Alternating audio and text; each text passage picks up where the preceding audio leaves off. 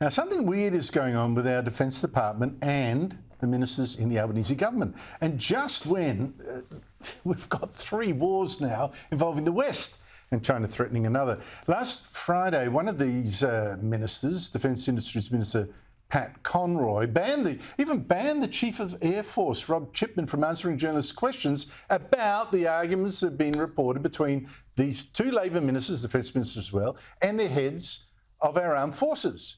Joining me is the country's top foreign affairs writer, Greg Sheridan of the Australian newspaper. Greg, what's going on? How serious is this? Well, everything Marles says and thinks about the defence establishment is true, and everything they think and say about Marles is true. They are both responsible for the absolute debacle of Australian defence policy. The defence establishment thinks Marles hasn't got them any new money, which is absolutely true, and has given them a whole lot of new tasks. That's right. Marles thinks the defence establishment hasn't woken up to the strategic situation we're living in and is still trying to safeguard all its legacy programs, is disregarding the Defence Strategic Review. That's true as well. Neither of them is producing a powerful Australian Defence Force with independent strategic weight and independent deterrent capability, and they are both as bad as each other. Mind you, a final note, when Marles came into office, he reappointed all the existing defence leaders and said, it's been a debacle the last 10 years, but that's been entirely the fault of the coalition ministers. The Defence Department is completely blameless. Nearly 2 years into the Albanese government, his line is the exact reverse. It's entirely the fault of the defence establishment, and the government is blameless. What a difference being in office makes.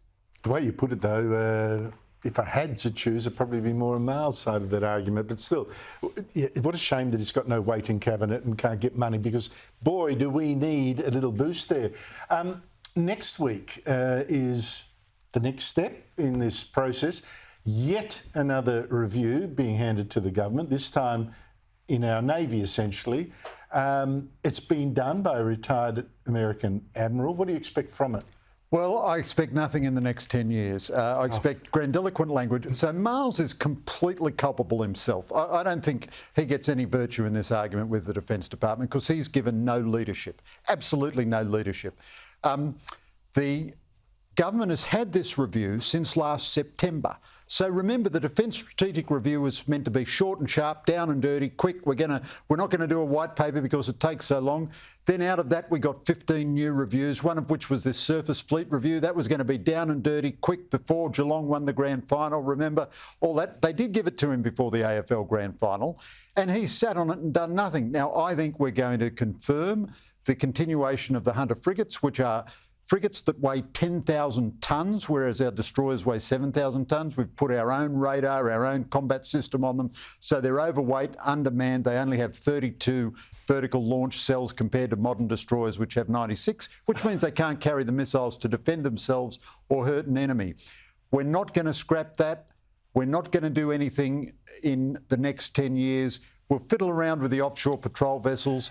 But the government has been in office nearly 2 years, and so far nothing has happened. There will be eye-watering... Oh, hello. What about all these brilliant papers that they've got on the desk? Absolutely. There will be eye-watering sums of money in this statement, all in 10 years' time. Nothing inside forward estimates of 4 years. When you can absolutely guarantee that Albanese won't be Prime Minister and Richard Marles won't be Defence Minister. Absolutely. Someone else's can. That's right. President Joe Biden's had an absolute shocker, hasn't he? I don't know whether you saw the press conference on Friday. What appalling.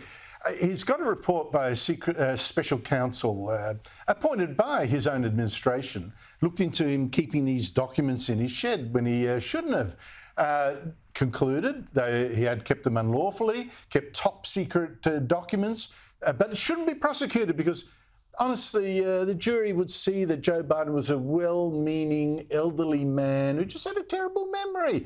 In fact, the report said couldn't even remember when his son died within several years. Actually, it was 2015. Couldn't remember when he'd been vice president. And at the press conference afterwards, Biden, just to confirm it, confused the president of Mexico with the president of Egypt. Initially, the president of Mexico, Sisi, did not want to open up the gate to allow humanitarian material to get in. How serious is this for Biden? I think it's all over Red Rover.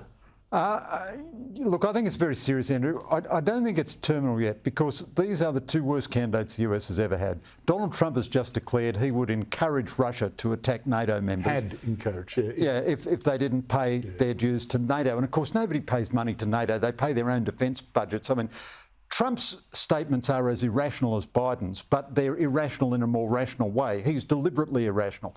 This is a terrible contest, the demented against the deranged. You know, one of them is too old and one of them is too crazy. Complaining that we're too anti-Trump again. Yeah. But look, I thought his statement on NATO was terrible because the principle of NATO, what makes it such an effective deterrent, is the pledge. You attacked one of us, you attack us all. And for Donald Trump, he was quite right to say NATO countries are not pulling their weight, and they haven't. It's a disgrace. But to actually say that, you know... That he had attacked Russia. Now, it's true, his supporters say you take him seriously but not literally, and he didn't act on that when he was in office, all of that. But still, it was a terrible thing to say. But nor do I want to run away from criticism of Biden. Biden is plainly mentally incompetent and cannot... Mind you, in many respects, Biden is the best of the Democrats because he remembers politics from the 1980s when it was better than now, and he wasn't educated at Harvard, so he doesn't favour Islamist terrorists over a liberal democracy. You know, but what a world we're in. And the final point, but the most important one I'd make, Andrew, in this world where we've got presidential candidates like that, Congress holding up $60 billion of aid to Ukraine and Israel, wouldn't you think an Australian government would want to make sure we had as much independent deterrent capability as we could possibly have? Without a doubt. In fact, I'll raise this a cracker later in the year because Britain's defence troubles seem to be almost as bad. Greg Sheridan, thank you so much indeed for your time. Thanks, Andrew.